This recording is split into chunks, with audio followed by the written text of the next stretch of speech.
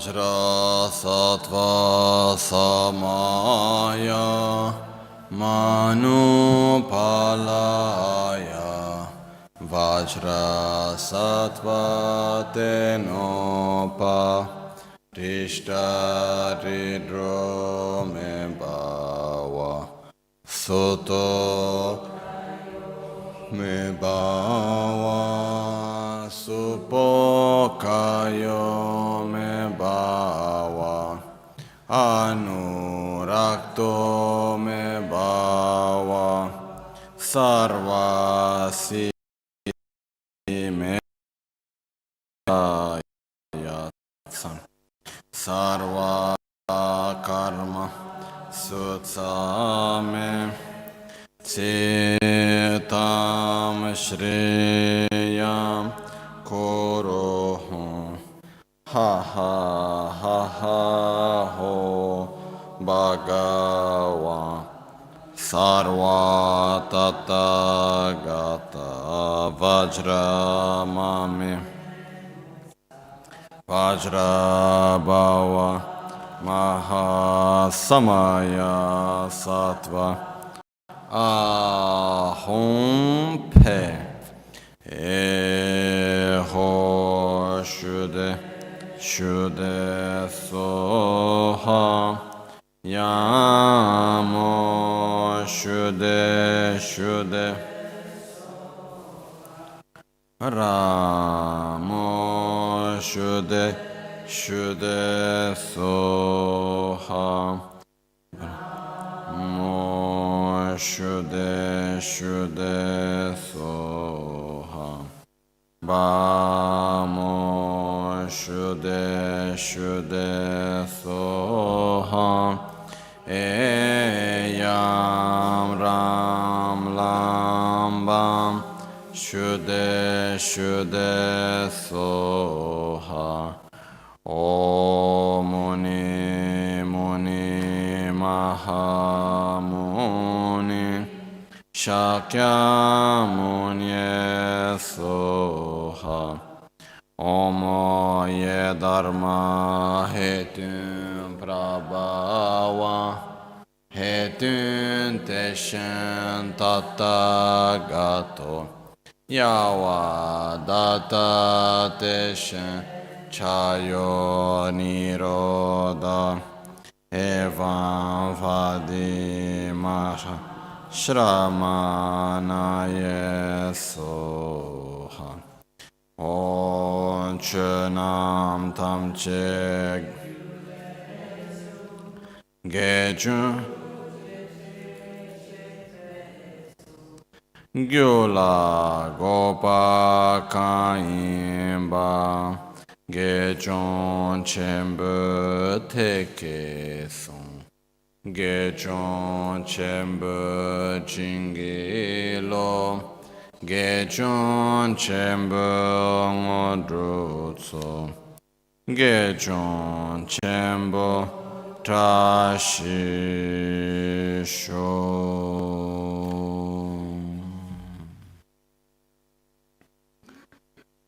Sangye Chedan Soge Chanamla Chancho Pardo Dani Kevsa Dagi Jinso Gibe Sonamgi Drola Penchira Sangye Druparasho Sangye Chedan Soge Chanamla Chancho Pardo Dani Kyapsuchi Dagi Jinso Gibe Sonamgi Drola Pinchira Sangye Druparish Sangye Chedan Sogich Chancho Pardo Dani Kyapsuchi Dagi Chushe Gibe Sonamgi Drola Pinchira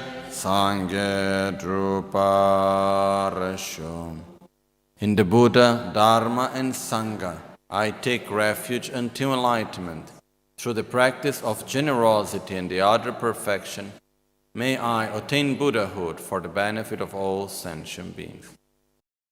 So, as joyfully today we continue with this precious text of Lama Tsongkhapa, as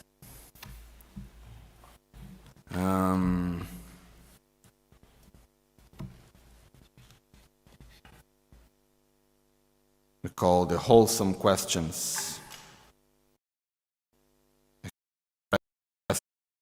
to Albagnano Rapkar, and with the answers that were given by Panchen, Losang, Chokyi, Gyaltsen, which is called the text of the answer, the melody of a noble-minded proposal by Panchen, Losang, Chokyi, Gyaltsen. And it's a very special text because it guides us on our own practice, like showing us the path. What do we need to understand? First step, second step, slowly, like guiding us, and also especially on some very important points that sometimes we may misunderstand them, or we may not give so much importance, okay? So yesterday we were seeing the part about meditation, regards the position of meditation, preparing the body, preparing the mind, which means through breathing, and so on. And then once we have seen that, we go now to the part from question number 17, and it goes from question number 17 up to question 27. It's all different parts of meditation, like how to rely correctly upon the Guru, meditating on impermanence, meditating on the preciousness of this light, meditating on karma, meditating on taking refuge. All of this is inside this next questions. Then from question 28 onwards, it goes actually a part which regards the subtle aspects of concentration, of samadhi, which is already a little bit more difficult. From question 28 onwards, it starts to get a little bit difficult, the text. Up to then, it's quite okay. But from 28 onwards, then, we will go through it, but then it starts to get a little bit more advanced. But we will go through it. Anyhow, we are still on F17, so we don't need to hurry. But the important thing is that before we go to meditate on emptiness, before that we need first to meditate on the preciousness of this life and many other aspects, okay? And to meditate means to familiarize our mind with these concepts, to familiarize our mind with these states of consciousness, which are not just concepts, in a way that they come naturally, in a way that they come to be part of our own paradigm, in a way that they come to be part of our own experience of our daily life. So this is what we need to do, and that's why we need to meditate on them. Okay?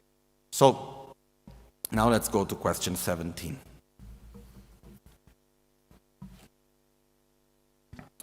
Yang, 되규 공제단 체바 탐체네 캬, 신년 댄줄라 ngakpa 체워르 주 독칭, 개버도 곰 쳔보남 라메 nel줄라 차도 덤바이나, 라메 곰베 네, 라메 탕, 라메 nel줄 응시 곰케르, 사회 라마단 dorje chantabu yer meluk, ösege trödu nam chidara chegin yö nam trio. Lama kangto gombe ne dündan chizu ning kil, rang rang möba chir rang rang shingrongte,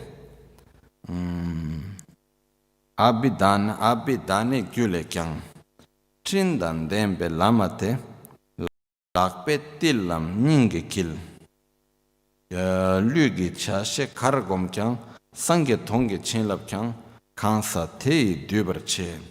Chesong lame changdangi neljor ngöshi gomsudang dorje changdan yermetu tadang öser trudu so chidara chebe rimbanam kangren trugi se tsangse tamche kempa rangniki shale önbe ningyunam yige loksu tribashin.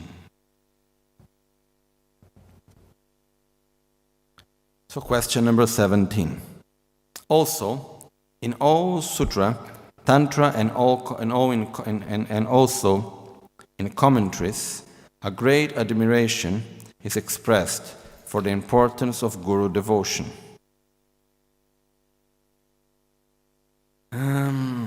it's not exactly, actually the word in English, the translation Guru devotion, it's okay, but that's not the best one. Because Lama Shenyen Tentsul in Tibetan. She means the one that teaches us, like teacher. Nyen means friend. Okay, so spiritual friend. She means like the one that guides us on the spiritual path. Ten means to rely. Tsul means how. So it's not Guru devotion. Guru devotion, there is another word for that. Lama la möku, tegu, lama la tegu in Tibetan we say tegu means devotion. Here we may tentsul means how to rely upon, which means in all the sutras and tantras and all the commentaries, a great importance, a great consideration is expressed for the importance of relying correctly upon the Guru, of how we rely upon a Guru. That's the importance that is given. The importance that is given is not in relation of the physical person of the Guru or in relation to the devotion that we need to have. It's how we need to rely correctly upon the Guru. This is which is given.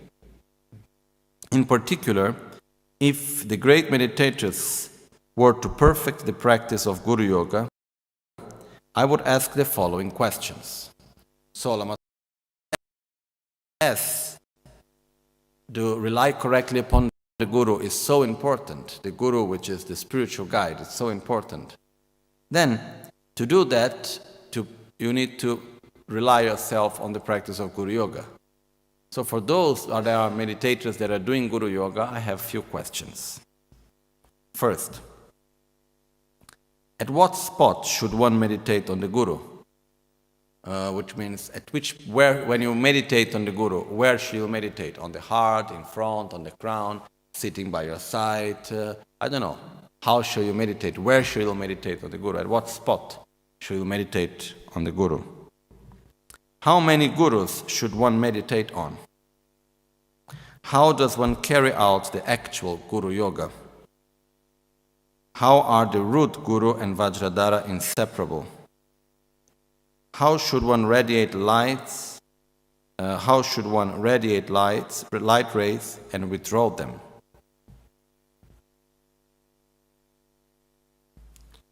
How should one radiate?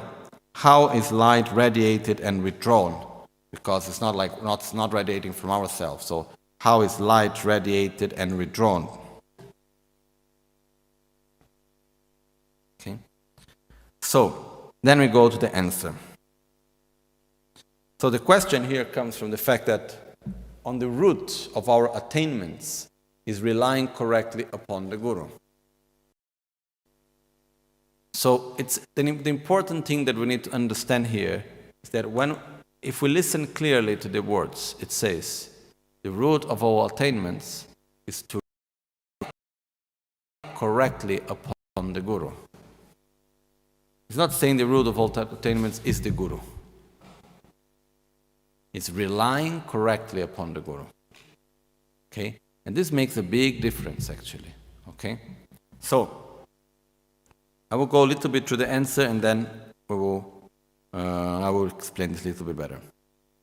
The spot where to meditate on the Guru, Panchen Rinpoche answer, could be in front, at the crown of the head, or in the middle of one's heart, according to each individual's predisposition.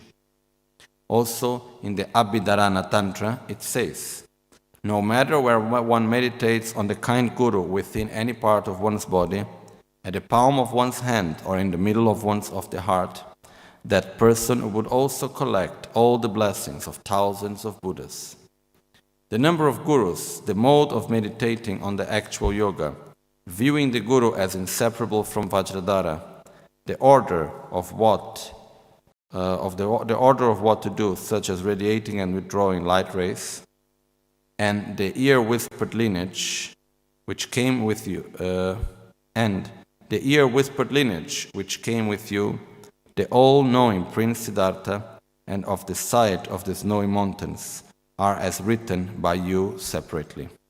So Panchen was just saying, you gave the perfect instructions of how to meditate on that, and you put that on a separate text, Lama Tsongkhapa. So I'm not going to go into details about that right now, but we will go a little bit on details about that, okay? So, before we go through these parts of the meditation itself, I'd just like to explain one thing.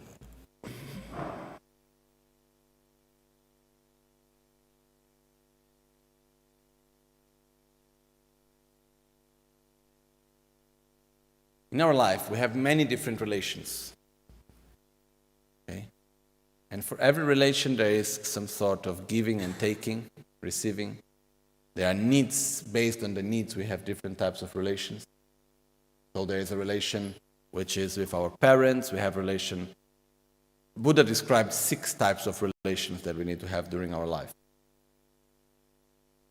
With our parents, with our, which is the family upwards, with the family downwards, which means husband, wife, boyfriend, girlfriend, children, so on.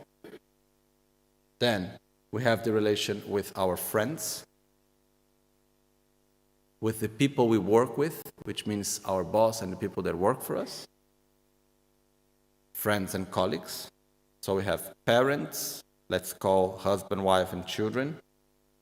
Then we have friends, working relationship, teachers, the people that teach us things of our mundane, normal life, and spiritual guide. This is the 6 types of relations that Buddha explained that we have. Okay?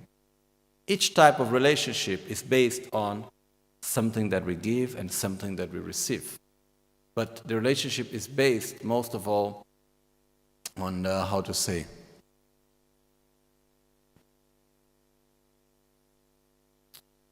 let's say on this exchange. Okay? So for example, if I have a friend, the different relationship that I have with my boss, or the people that work for me. He can be a nice person, I can like him as a friend, but he's my boss. Okay? What does that mean?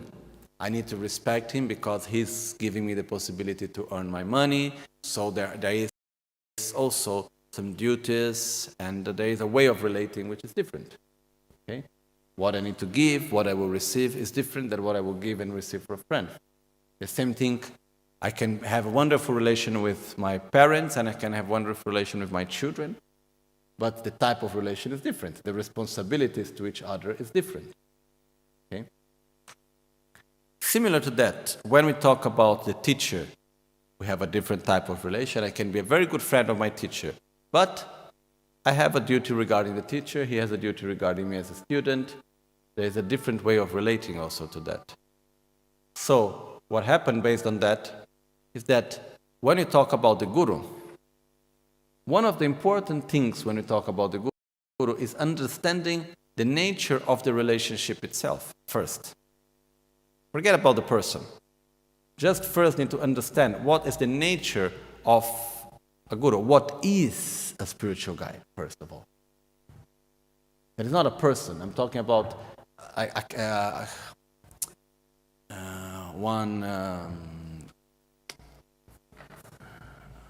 do we call it? Like a category. We have parents, friends, teachers, working relation, and then we have spiritual guide, Guru. What does that mean? First of all, the difficulty we have very often is that in our own way of seeing things, with this type of relationship simply does not exist. It's not part of our way of seeing things normally. It's not normal in our society to have the spiritual guide. Okay? So we need to learn that. That is how to rely upon the Guru. It's connected to that. So we need to learn how to relate to the Guru. What is a Guru, first of all? Okay? So just to talk a little bit about that. Not too long, but just to touch some points which are important. Okay? When we talk about the nature of the relation with the Guru, maybe one of the easiest way for us to understand it is the teaching that talks about the 6 awarenesses that we should have when we listen to Dharma teaching. Okay? We call the Chönyinbe Dushe Druktempa. The Dushadruk, the 6 discriminations, the 6 awarenesses that we should have are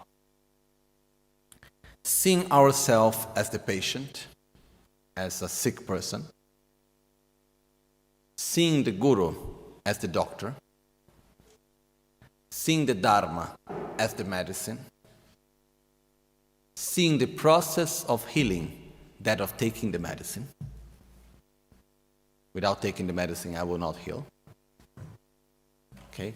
So we have, first, seeing myself as a patient, as a sick person, seeing the Guru as a doctor, seeing the Dharma as the medicine, seeing the process of healing, of taking the medicine, as practicing the Dharma, recognizing one's own potential to be healed.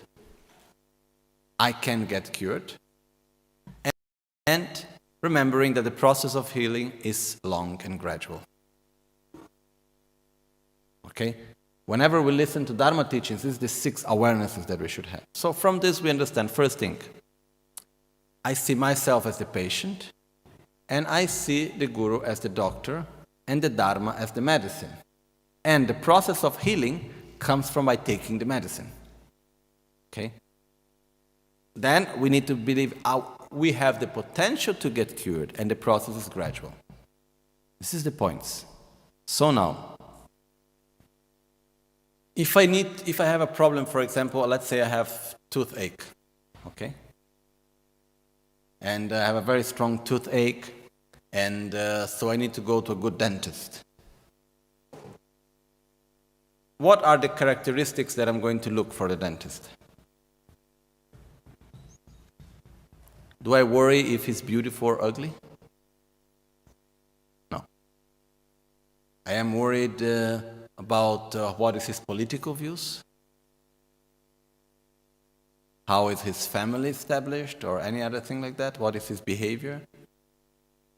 What is my main worry? Does he know how to carry well about my tooth or not? Is he able to cure my toothache? Okay? If I need to build a house and I go to look for an architect, what is the relation that I'm looking for? Someone that has the knowledge how to build a house and can make it as I want. Okay? So, if we look, every relation, for example, the relation with the doctor, it comes from a need. I am sick, I go to look for a doctor. If I meet that same doctor without being sick and without recognizing myself as a sick person, will I relate myself to the doctor as a doctor? No. I will relate to him as a husband, as a friend, as whatever, but not as a doctor. I can say, oh, doctor, but I'm not relating to him as a doctor. Okay? I can call him doctor, but I relate to him as a doctor in the moment that I have a sickness and I rely upon him to help me to get cured from my sickness. Okay, is this clear? So, I can be very good friend with the doctor, but if I do not rely upon him based on a need that I have, which is I want to get free from my sickness, I will not have a relationship of doctor and patient. Okay? So if we look, many relationships depends on sometimes on the need that we have. And the Guru is similar to the relation of a doctor. What happens is, I have a need, which is, I want to be free from suffering. I am not able anymore to stay in this state of constant insatisfaction and constantly with anger and jealousy and envy and suffering and here and there, and things are just constantly in this way. I want to get completely out of the cycle of suffering. And just by myself, I don't know how. So I am sick. My symptom is suffering and insatisfaction. My symptom is that I live in the constant expectation that life can be perfect and the world around me can be perfect and everything will be fine. And then it never happens. Then there is something always again happening and I am insatisfied. So I go to Buddha and I ask, Buddha, I have these symptoms. And he said, you are sick.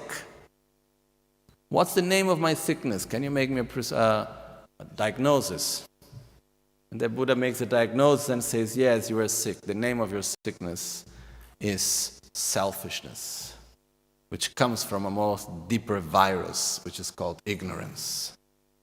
Okay? And it manifests itself through anger and jealousy and envy and so on. Okay? So, we are sick. It's important to have this attitude. So when I go to the Guru, who is the Guru? It's like the doctor. It's the one that I go to look for in order to help me to get cured. But the Guru is not the one that is going to cure, not a doctor that is going to cure me by making a sort of a maneuver, or is going to do something like make a surgery or do something in which I am totally passive and he will take care of the sickness. This is not the type of sickness that we have.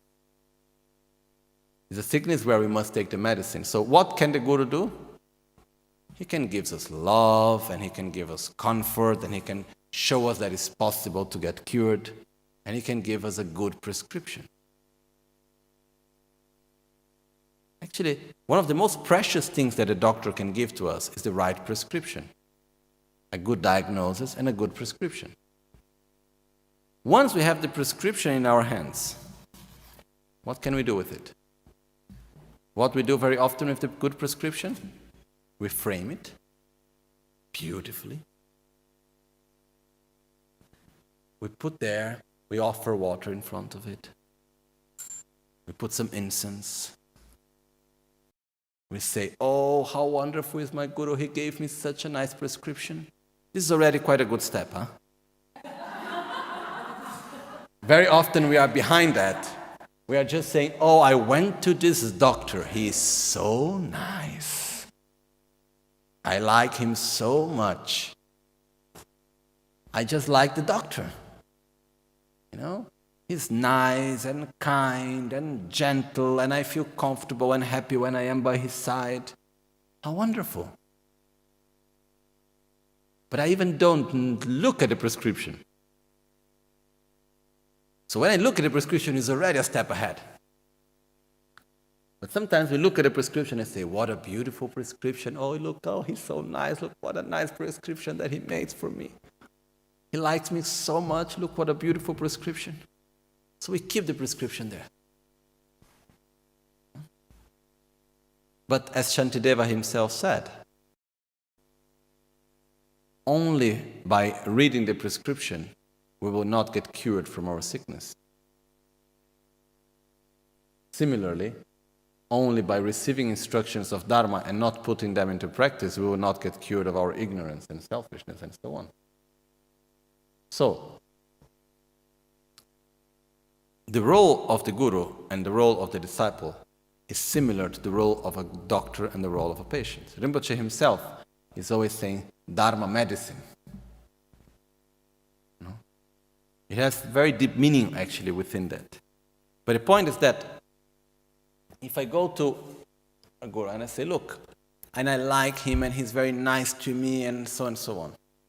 For example, there are many texts which says, one of the qualities that the Guru doesn't need to have, he doesn't need to be nice to us. What he needs is to be able to guide us correctly on the path to enlightenment. That's what he needs. To have the ability. Sure. Nowadays, okay, if the Guru is not nice, then we even don't have the connection, first of all. But what happened is that I just want to point out this aspect of the relation. Is what do I need? Based on that, what is the actual relation? No?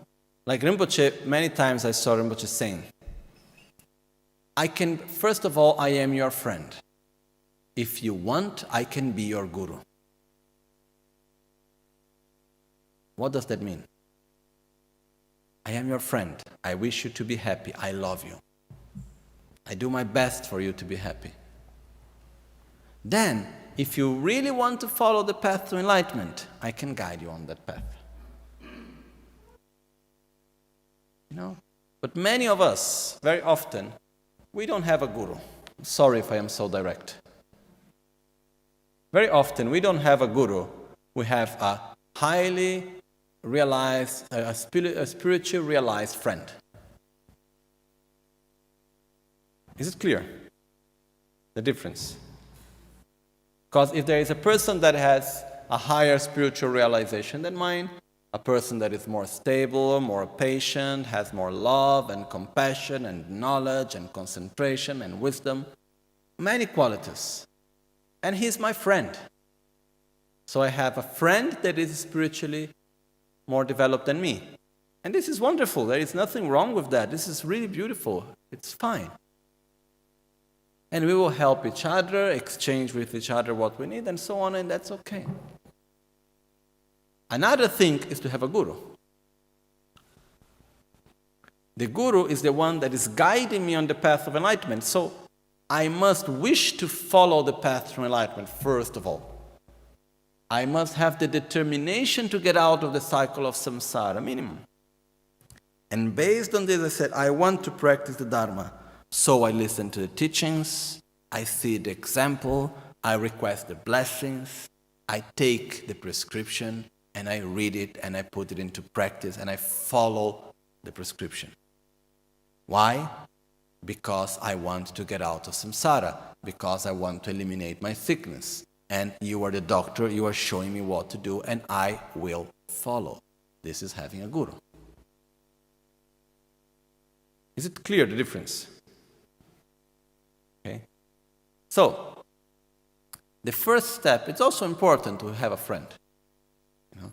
I always remember one time, not long ago, when it was last year, I was reading one text about the 50 verses of Guru devotion. And it was written by a great Western scholar who was called Alexander Berdzin. And there was a commentary on the text which made me reflect, because he was saying, nowadays, he was saying, with the Guru, it's important to have a deeper feeling from the heart of trust, of love. And he was saying, nowadays, in most of Dharma centers, people relate to their gurus more like a teacher. They don't have an emotional feeling of love and trust. It's more like, like a teacher. And I was looking and I was thinking, in our cases, is it the opposite? In most of our cases, it's like the opposite. People have a very emotional feeling to the teachers, to the gurus, but it's not so much like a teacher. It's the other way around. No? But in a way, it's something very good. It's important to have this connection from heart, to have this trust and love. All of this is part of it, and it's very important. Why? Because in the moment that I entrust the most important thing of my life, which is my spiritual path, it's like if I have a very, very, very bad sickness, and I go to a doctor and I entrust myself in the hands of the doctor. First of all, I need to be sure that I choose the right doctor. Once I choose the right doctor, I need to trust him. Like, there was one study about cancer. And what they did is they took many patients that were able to cure from cancer, and the cancer didn't come back again. So patients that were able to cure from cancer, they took it from all sorts of medicines that were used. Chemotherapy, alternative methods, all sorts of methods, people that were able to cure from cancer. And they were looking what was in common on all those that were able to cure. What was the common factor on all of them? The only common factor that they found was in all of those, in most of those that were able to get cured, the only common factor, it was they were sure that that was the right treatment for them. They had no doubt that the treatment they were doing was the right treatment for them. Okay? It's similar to that in our spiritual path. The trust on the path that we are following is essential. So first I need to look well. That's why it says before you choose a guru, you wait 12 years of experience. No, listen, understand, observe, check, is this the right, do we have the right connection? Is this the right person to guide me? Yes, then let's go. And no doubt. Because I am entrusting the most important thing of my life, which is to get out of the cycle of suffering. I'm not just, okay, maybe I just want to learn, because the point is the following. Depending on what is our goal, the way how we relate to the Guru, we have different levels of relating to the Guru. If I just want a teacher of meditation, okay. If I want a friend, wonderful. If I'm looking for someone that will teach me philosophy, nice. If I have someone that I like his presence and I feel comfortable and I like to be there, good. If I want someone that guides me on the path to enlightenment, or someone that helps me to guides me on the path to get out of samsara, and someone that guides me on the path to enlightenment, the level becomes deeper and deeper and deeper. So, the deeper is the reason why I entrust myself to the spiritual guide, to the Guru. The more important it becomes to have trust and transparency and love, respect, it becomes more and more important. Because what happens if I have a very bad sickness, and I go to a doctor, I look for many doctors, and finally I choose one doctor, and I say, okay, I will follow you. What happens if I do not have trust on him? I would take one medicine one day, then don't take the other medicine, then I will go to another doctor, take another medicine from here. Maybe both of them are perfect doctors, but the medicines that they are giving are not fitting so well together. Separately, yes, together, maybe not. So what happened finally? I do not follow one well, and the method doesn't work. Similar to that, when we trust ourselves to a spiritual guide, it's so important to do it purely and throughoutly. It doesn't mean having blind faith. It means going through a whole process of analyzing and understanding and checking, and finally to have trust. So when it says here, the root of all realizations is how to rely upon the Guru, is how to trust the spiritual guide. And to rely upon the Guru, we must rely upon the Dharma. Because is the medicine the most important thing? It's not only the doctor. Okay? So, this is the point. And it's not easier to do it really. It's not so simple. It's not easy for us. Even, let's say we go to a doctor normally. It's quite difficult not to trust deeply a doctor. Or anyone normally. The same thing happens sometimes with the spiritual guide. It's not easy to say, okay, I trust you throughout, like Naropa did with Tilopa. Naropa, when he met his master Tilopa, Naropa was already a very great scholar, learned master with high realizations of concentration and many things. Tilopa was a great master, but very much Mahasiddha style, Kuku style. So Tilopa was running around naked with the ashes of the cemeteries on his body, and he would say the most, and then finally, I'm not going through the whole story, but Naropa understood that he was his guru. Because he had a vision through his meditation that said, you need to go to look for this master called Tilopa. So one day he was on the bank of a river, and he saw this man with dreadlocks, naked, with ashes on his body, sleeping in the cremation grounds and having the ashes of the dead bodies on his body. And he was catching the fishes, killing the fish, taking out the inner parts of the fish, eating them, and then throwing the rest away. Then he looked at this man and he said, poor man, what a negative karma this man is doing, killing all these fishes, Oh, I'm so sorry for him, so much ignorance. So as Naropa was thinking that, this man just turned to his side and said, this poor man making so much negative karma, is the master that you have been looking for such a long time? But Naropa didn't say anything loudly, he was just thinking.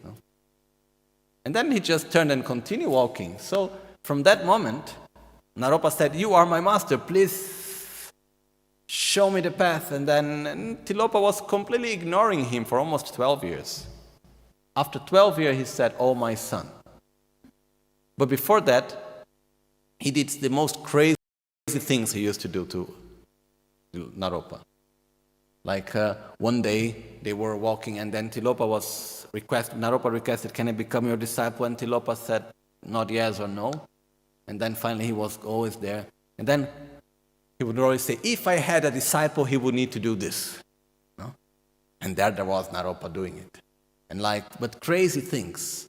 For example, one day there was a whole entourage of the king and the queen, or one of the Maharajas of India, no? There was many Rajas in India. So there was this, and then Tilopa looked they were passing for a little far away, and then he said, "Oh, if I had a disciple, he should go there and grab the breasts of the queen." So there was Naropa going there, Remember that Naropa was a very great scholar before, he was not like just anybody. And then there he was going there, grabbing at the breasts of the queen, and then all the guards taking him, they beat him up very badly. They just leave him there. So there he was in the ground. And then Tilopa would come and he would say, "There is no pain, there is no suffering." And then he would get back better again.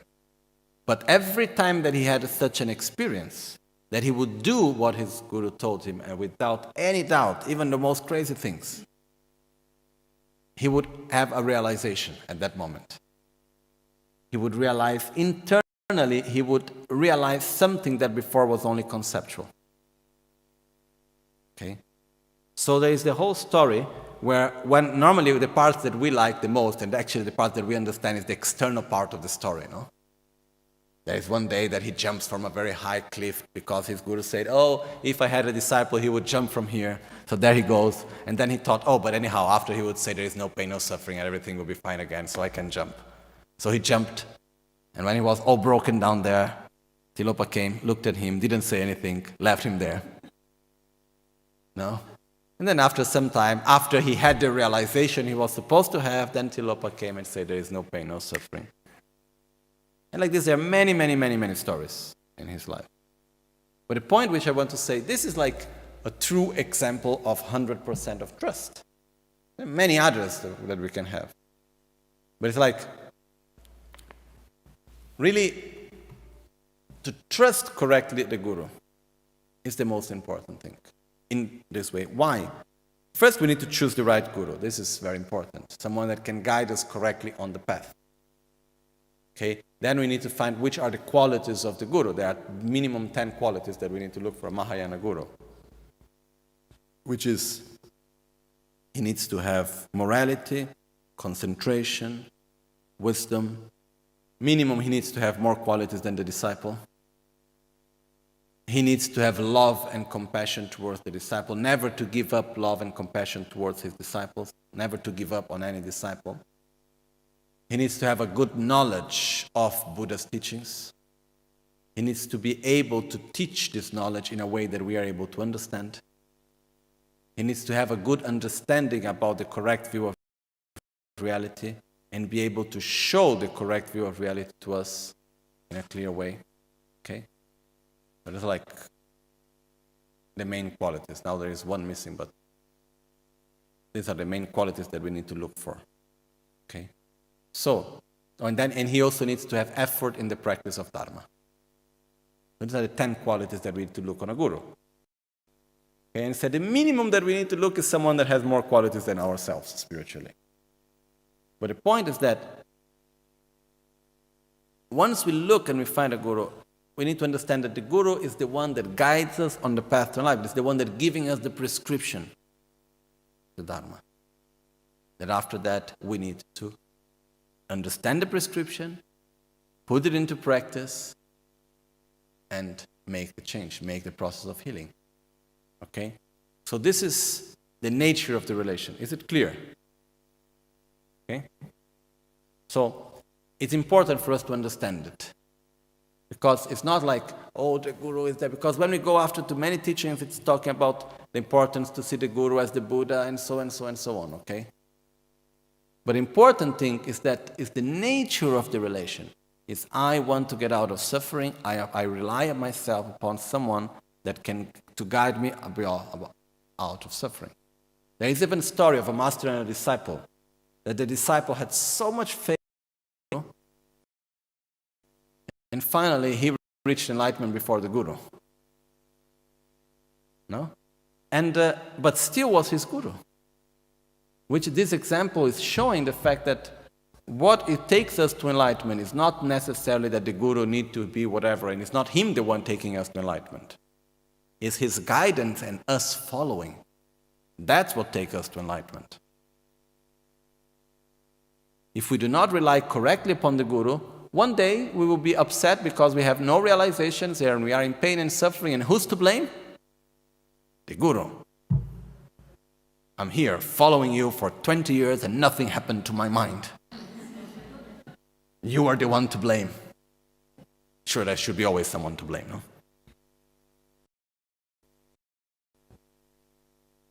So, the point is that, am I really relying upon the guru or not? Okay?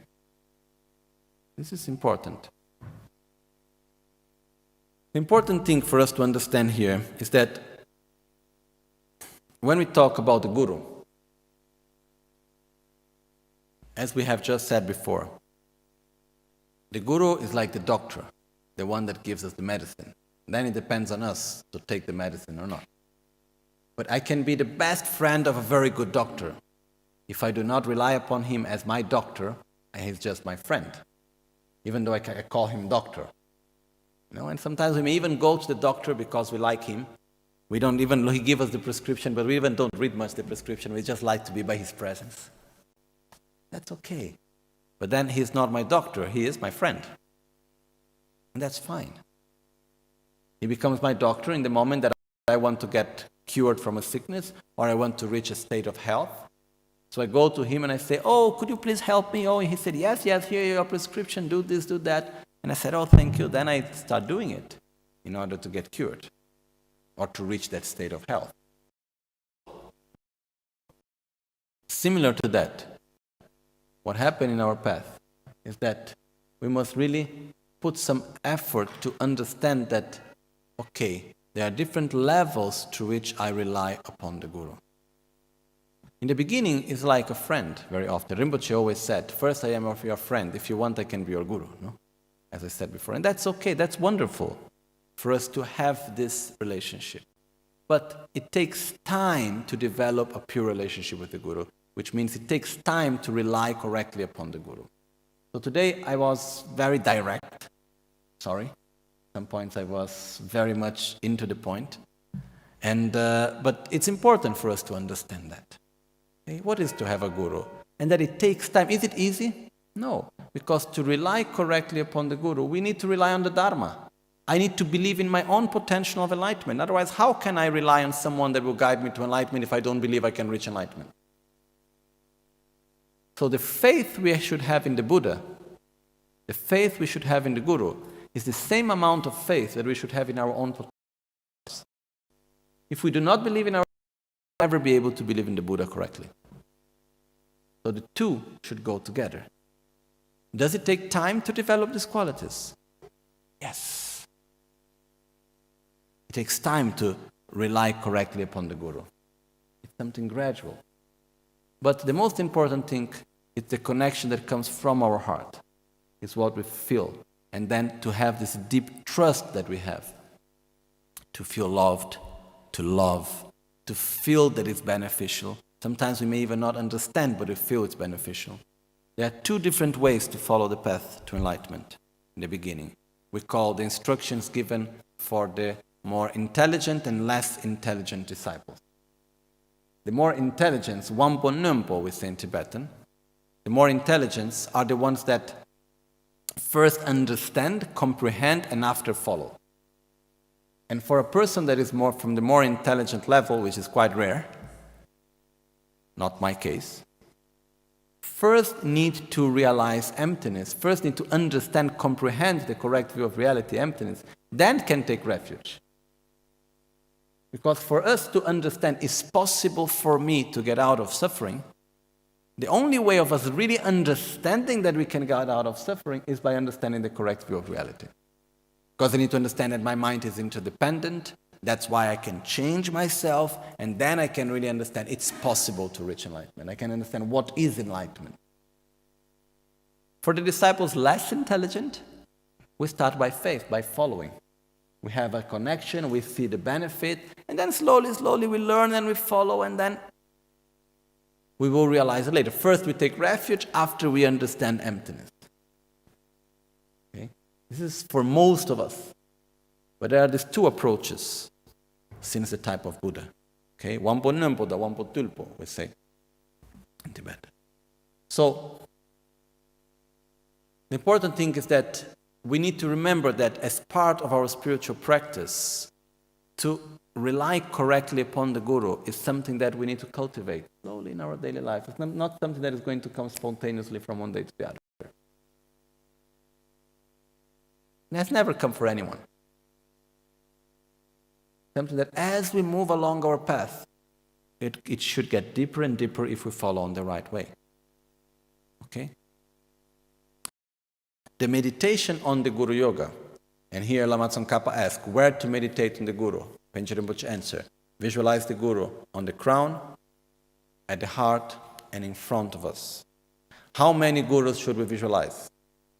We can visualize many. For example, when we do the Guru Puja, the merit field, there is Guru Buddha, Vajradhara, Lama Tsongkhapa, then there are all the Gurus of the lineage. There are many ways of doing this visualization. The one I prefer is called Kundu Norbuluk, which is the system of the jewel that combines all that is precious, which is you visualize one Guru, which is inseparable of all the Gurus, of all the Buddhas, of all holy beings. One. It's much more simple. Then after, to make too many complex visualizations, then we get lost within it, okay? Then, how to do the practice? How to see the Guru inseparable as the Buddha? All of this, there is, as Panchen Rinpoche said, many instructions, but it's the actual practice of Guru Yoga. It's what we do when we do Guru Puja. It's what we do when we do the Guru Yoga of Lama Tsongkhapa, when we do the preliminary practices. It's all inside of this. And in this practice, it's so important because to rely correctly upon the Guru is the basis of our realization. It's not the Guru himself the root of their realization. It's how we rely upon the Guru. That's what makes the main difference. Okay? I can have thousands of the best doctors. If I do not see that I am sick, and if I don't want to get cured, I will not listen to them. It's like last Wednesday, I went to see one disciple in jail. And I talked first to him, and then after there was a group of men that are in jail that they were having a talk they have every week, so I went there to talk with them. Then one man that was there, he said, yeah, you see, before, when I did the mistakes that I did, many people used to tell me what I was doing was wrong and which was the right behavior, but I was not listening to anyone. Things were not entering into me. We can have all the best guides, all the best teachers, all the best gurus. If we do not listen, if there are moments in our life which we are not open for it, we will not receive. So the important thing is to rely. Then we can receive. Then we can put into practice. Then that can make true difference in our lives. Okay. So the yoga is the practice through which we do that, and then slowly we cultivate these qualities within ourselves. So the practice basically, there is taking refuge, generating bodhicitta, generating the merit field, making the 7 limb prayers, which is prostration, offerings, purifying negativities, rejoicing of the positive actions, requesting Guru Buddha to remain with us, requesting the teachings, dedicating the merits. Then after that we request the blessings. Then lights and nectar from the 5 chakras come to our 5 chakras. Then finally Guru Buddha comes, absorbs through our crown, sits in our heart, and we become inseparable and of the same nature. This is in very, very, very few words, okay? But the important thing here is that we need to meditate through the practice of Guru Yoga in order to rely upon the Guru each time better and better and better. But I think it was quite clear. What I tried to explain today, I said I would just touch some points about it, but I think we touched quite many. But remember that it's a gradual process, and we have the great fortune how to say, there are different approaches that masters can give to disciples. Okay? Many different approaches. The most common one is the more institutional approach, in which I come, I teach. What is the most common way of seeing a Lama or Guru Master normally? Come for the teaching, everybody stand up, give the teaching, finish the teaching, everybody stand up, go back, see you next teaching, finish. Nothing more, which is already wonderful, great respect, and maybe see the teaching is like once each 6 months or whatever, okay? It works. Then there is a different approach, which is the approach that the master is taking care of every disciple like his own son and daughter, like really being there, being together, being first of all, Rinpoche say, first I am your friend, if you want I can be your guru, like having that direct and personal relation. This is the approach that Rinpoche gives to us. And this is like the ancient way of approach. Okay? And it's quite rare. I have met many masters. I myself, I have many gurus. It's very rare, this approach. So we are very fortunate in this sense also. And one of the abilities of the guru is to adapt to the capacity of the disciple. And Rinpoche is doing this perfectly, no? Adapting to us, to each one of us in a way, in another, showing us. And one other thing that I said before in Italian is that, for example, Rinpoche with me, very many times it happened that he put me in situations very gently, very indirectly sometimes, in which I am forced to, somehow forced, but I find myself out of my zone of comfort. Whenever I have something that I see something in a solid, intrinsic way and my mind is fixed on that, it's showing me that things are not solid. It's somehow, I get in the situation through things and then finally I need to change my own view of things. So like many gurus in the past, they had the ability, like really, also in the present, but to push the disciple into situations in which we go out of our zone of comfort. So we must make a change within ourselves. This is also something that happened. So we are very fortunate that we have a guru that is near to us. We have this approach here. It's the same approach that I follow from Rinpoche. I have never seen none of my teachers.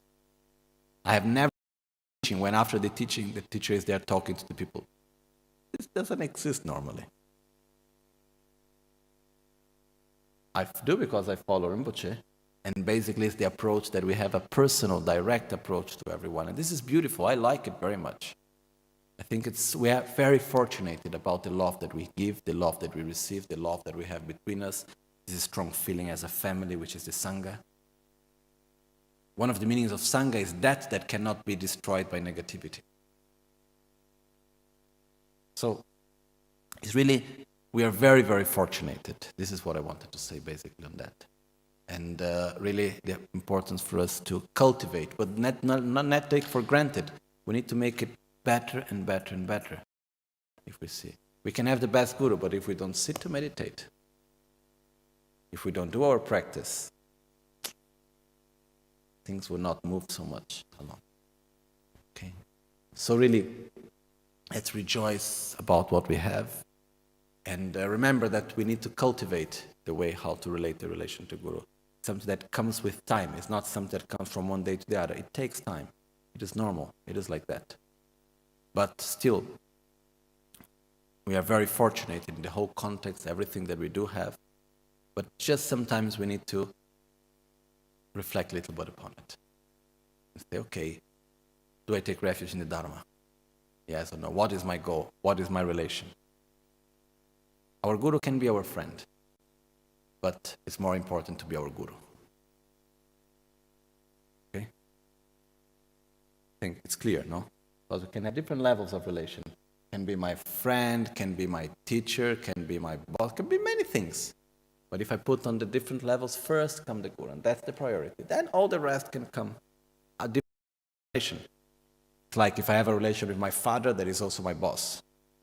First of all, is my father.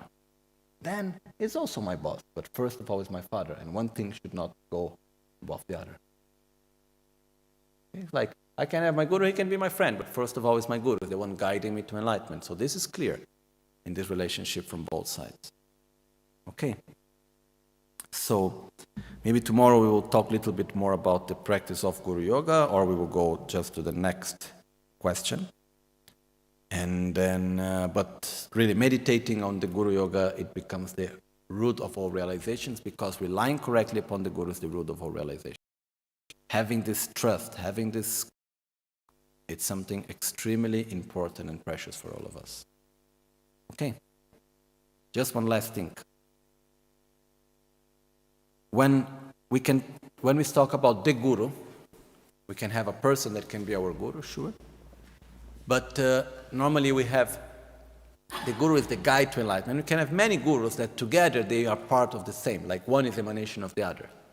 Like, for example, if I want to get cured from a sickness and I go to look for a doctor, I have more than one doctor. One specialized in one thing, another specialized in another thing, and all together they are giving me the right treatment for me to get cured. Similar to that, I can have many Gurus that together they are the guide to enlightenment, guiding me to enlightenment together. But when we are in the beginning of the path, less Gurus we have, better it is. Otherwise we can create confusion and we are not stable on our path. The more we are very stable on our path, the more we know how to take refuge in the Dharma, we believe in our potential, the more we become stable in our path, the more Gurus we have, the better. It's like having one that will teach us more about concentration, one that will teach us more about one practice, other one that will show us morality, other one that will show us this and that. And each one is giving us a part of the path, and then together we can follow the path to enlightenment. Here, Lama Tsongkhapa had more than 100 Gurus, for instance. Okay? But it's important to have stability and to see all the Gurus as emanation of the same, to have the same level of respect and gratitude always. This is also important. Okay. Better we stop, otherwise I never stop. At dawn or dusk, at night or midday, may the three jewels grant us their blessings. May they help us to achieve all realizations and sprinkle the lives with various signs of auspiciousness. Oma huntem bala me sangye rinpoche, kyo bala me thamcho rinpoche, trimbala me gendo rinpoche, kyamne kuncho sumla chopa, locho sampo pagyo traship, tuche tempe trinle yarangoda, pegedro lo zambe zebrach, panden lame shela chopa, omo ahum, omo ahum, omo ahum.